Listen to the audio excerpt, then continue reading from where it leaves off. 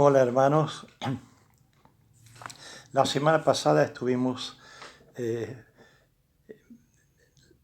estudiando un poco, meditando acerca de las ciudades y quisiera refrescar la mente con el hecho de que Jesús le dio importancia muy especial y en el mismo umbral del Nuevo Testamento, él como en el Evangelio de Mateo al principio, el capítulo 5, verso 14 al 16, él dice, ustedes son la luz del mundo.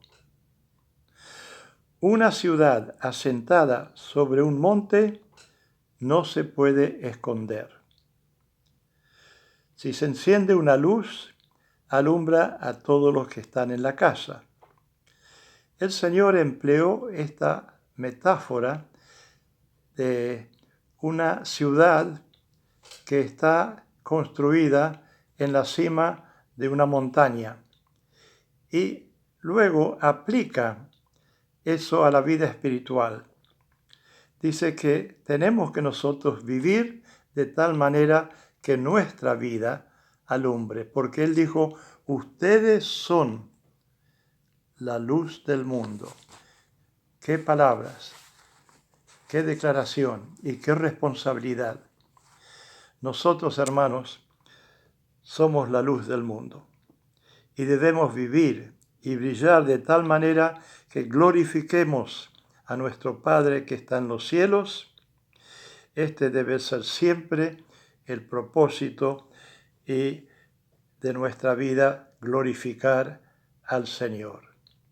Esa es, digamos, la médula de nuestra razón de vivir aquí en la tierra, de glorificar a nuestro Señor. Ahora, hoy vamos a continuar con el tema de las ciudades en el libro de los Hechos. Cubrimos ya los 4 evangelios con Mateo y con Lucas, 4 menciones de las ciudades. Dice en Hechos, el libro de los Hechos, capítulo 8, verso 4. Voy a leer verso 4 al 8. Pero los que fueron esparcidos iban por todas partes anunciando el evangelio. Entonces Felipe, descendiendo a la ciudad de Samaria, les predicaba a Cristo. Y la gente unánime escuchaba atentamente las cosas que decía Felipe, oyendo y viendo las señales que hacía. Porque de muchos que tenían espíritus inmundos salían estos dando voces, y muchos paralíticos y cojos eran sanados. Así que había gran gozo en esa ciudad. Lo que Jesús estaba haciendo por medio del ministerio de Felipe traía gloria y gozo en la ciudad. Ahora, este Felipe, no debemos confundirlo, es uno de los 7 diáconos. ¿Se acuerdan? En Hechos capítulo 6 se estableció la necesidad de tener diáconos que atendiesen a las viudas que estaban necesitadas. Este Felipe, durante el periodo de la persecución, cuando Esteban fue apedreado, el primer mártir de la era cristiana, se desató en Jerusalén una terrible persecución de los cristianos, los judíos que creían en Cristo como el Mesías, y en la iglesia de Jerusalén. Y entonces salieron todos, dice la Escritura, menos los apóstoles. Los apóstoles se plantaron allí y se quedaron hasta mucho tiempo después. Pero los diáconos salieron y uno de los diáconos, cuyo trabajo era un trabajo, digamos, de servicio, se transforma repentinamente en un gran evangelista. Felipe, de diácono, ascendió a evangelista. Esto me hace pensar que en nuestro servicio al Señor, a veces Él trata con nosotros de esta manera. Primero nos da una tarea pequeña, humilde. Algunos hasta son los encargados de abrir el salón o de barrer la vereda.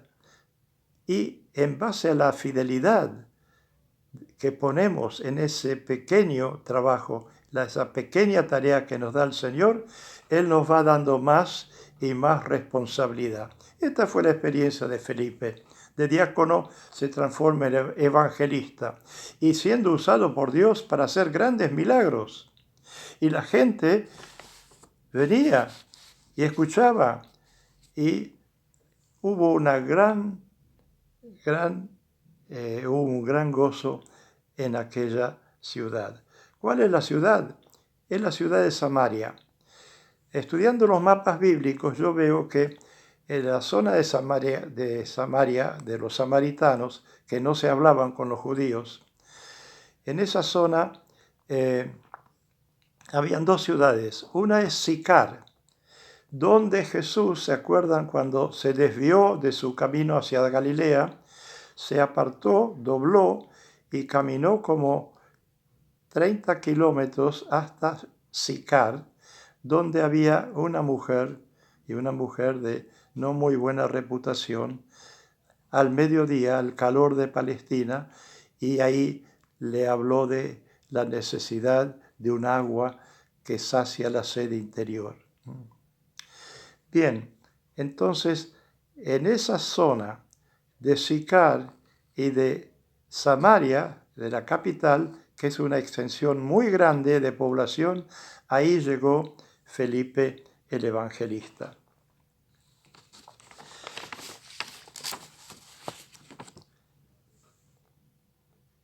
Lo más importante que extraemos, que sacamos de este relato, de cómo una cosa lleva a la otra, está en este punto particular. Lo más importante es destacar que esta región es mencionada por Jesús al ascender al cielo. Cuando Jesús estaba por ser llevado hacia arriba, le dio las últimas instrucciones a los discípulos en su ascensión. Y les dijo: me seréis testigos en Jerusalén, en toda Judea y en Samaria, y hasta lo último de la tierra.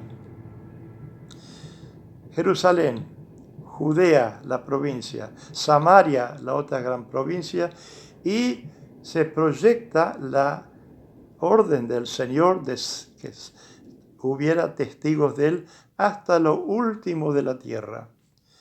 ¿Qué significa lo último de la tierra? ¿Saben una cosa? Ushuaia es la ciudad más austral del mundo. Y cuando yo era jovencito, mi pastor me enseñó que Ushuaia era el fin del mundo y que había que llevar el Evangelio hasta Ushuaia. Y a los 70 años de edad, él dejó la congregación que estaba pastoreando, dejó a 3 jóvenes a cargo de eso, yo era el más pequeñito, y él se fue a Ushuaia para llevar el Evangelio porque no había ningún testimonio de Cristo allí. Había solamente un convento de monjas. Él predicó hasta los 84 años y allí falleció. Pero tenía un celo misionero tremendo. En Ushuaia, que tenía una sola calle pavimentada en aquel tiempo, lo veían a este pastor ya adelantado en años, con un maletín, repartiendo evangelios de Juan. Y llegó a tener el nombre de el hombre de la Biblia, el hombre de la Biblia.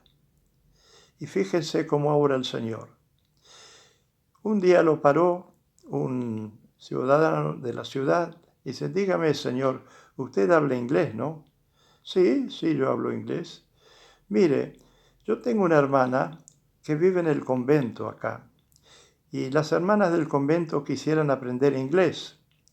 ¿Usted no quisiera, no se atrevería a enseñarles inglés a ellos?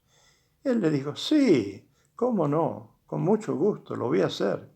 Entonces, este hombre lo presentó a el pastor y lo recibieron las hermanas con mucho respeto y hasta casi con cierto temor. Y le dijeron que ellos querían aprender el idioma inglés porque mucha literatura venía en ese idioma y que le interesaba. Y él le dijo, yo les puedo enseñar inglés en buen inglés, correctamente, pero una sola condición, dijo. Y las hermanitas se asustaron. ¿Qué condición nos va a poner este hombre? La condición es que vamos a estudiar inglés con las Sagradas Escrituras. Y por 2 años enteros les enseñó a las monjas a hablar en inglés con la palabra de Dios en la mano y en la mesa. ¿Qué les parece? Celo evangelístico. ¿Cómo llegó?